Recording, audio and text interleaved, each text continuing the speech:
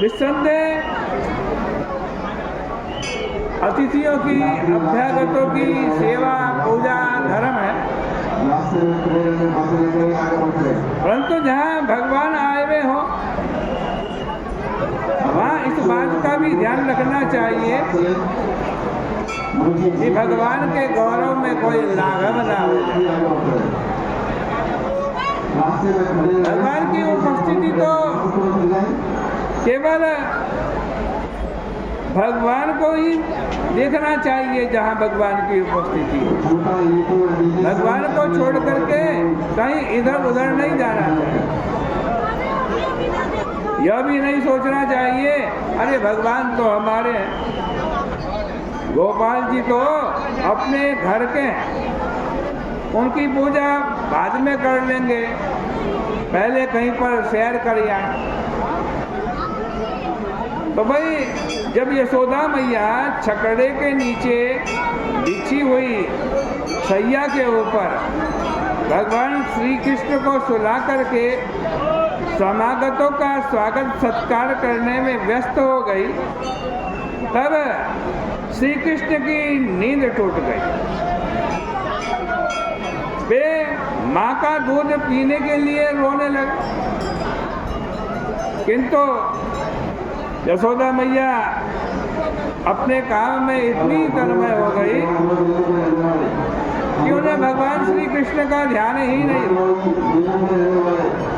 श्री कृष्ण ने जब रोते रोते देखा कि यशोदा मैया तो उनकी ओर ध्यान ही नहीं दे रही है, तब उन्होंने अपने दोनों पांव ऊपर फेंक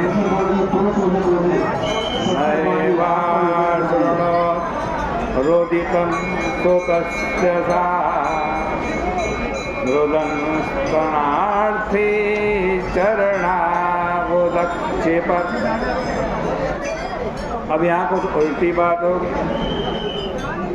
देखो, मनुष्य को चाहिए कि वह जड़ता को तो नीचे रखे और चेतनता को ऊपर रखे। चेतन बड़ी वस्तु है,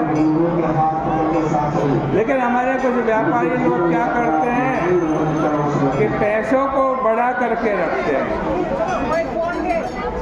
आदमी को बड़ा करके नहीं रखते, पैसों को बड़ा करके रखते हैं।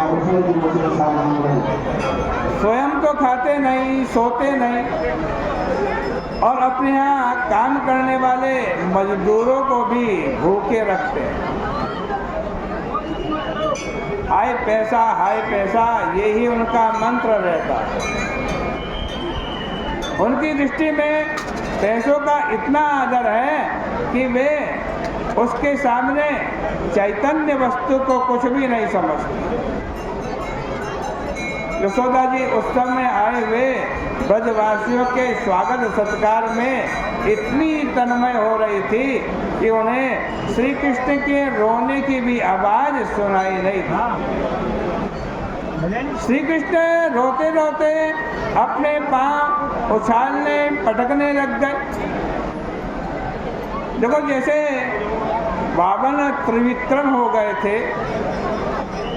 वैसे तो श्री कृष्ण के चरण बढ़े नहीं, नरसिंह भगवान के समान उनके चरण कठोर हुए।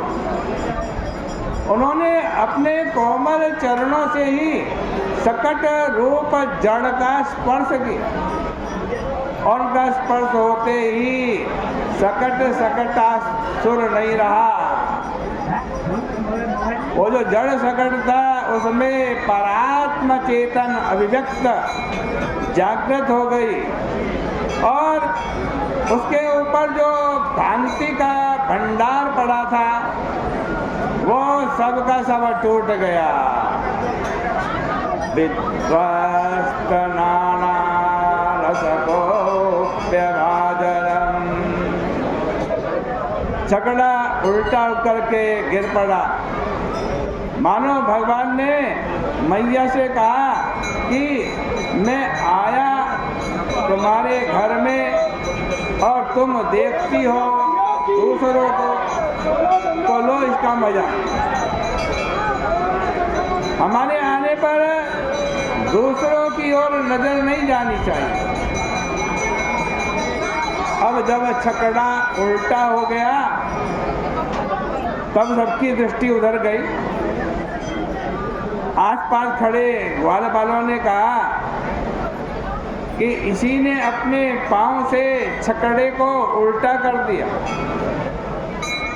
लेकिन बड़े लोगों को विश्वास नहीं हुआ, क्योंकि वे तो प्रमाण शास्त्र के अंदर बंधे हुए हैं। बालकों ने कहा कि अरे बाबा, हमने छकड़ा गिराते हुए इस बालक को, इस कृष्ण को देखा, परंतु बड़े बड़े गोपों ने कहा नहीं नहीं, ऐसा नहीं हो सकता। वे नहीं जानते थे कि यह निरा बच्चा नहीं है, इसका बल तो अप्रमेय है, अनंत है।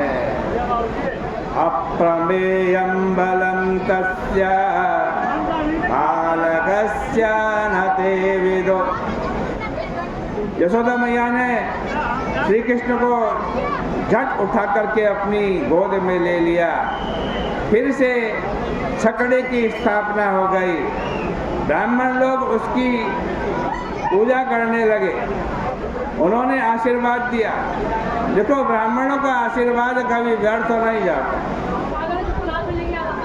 भगवान को प्रसन्न होकर के आशीर्वाद दें या नाराज होकर के शाप दें, दोनों पूरे होते हैं, क्योंकि वो ऐसी कोई वस्तु नहीं है जो भगवान में ना हो। शाप बस भगवान को रोना पड़े तो रो लेते हैं, और आशीर्वाद बस हंसना पड़े तो हंस लेते हैं। उन्होंने बालक बनने या छोटे होने में भगवान को कोई संकोच नहीं। श्री कृष्ण का अभिषेक हुआ, दोबारा अन्नदान गोदान किया गया। अब यशोदा मैया हर समय बालक का ध्यान रखे कि कोई गड़बड़ी ना हो जाए, छकड़े वकड़े गिरने न पाए।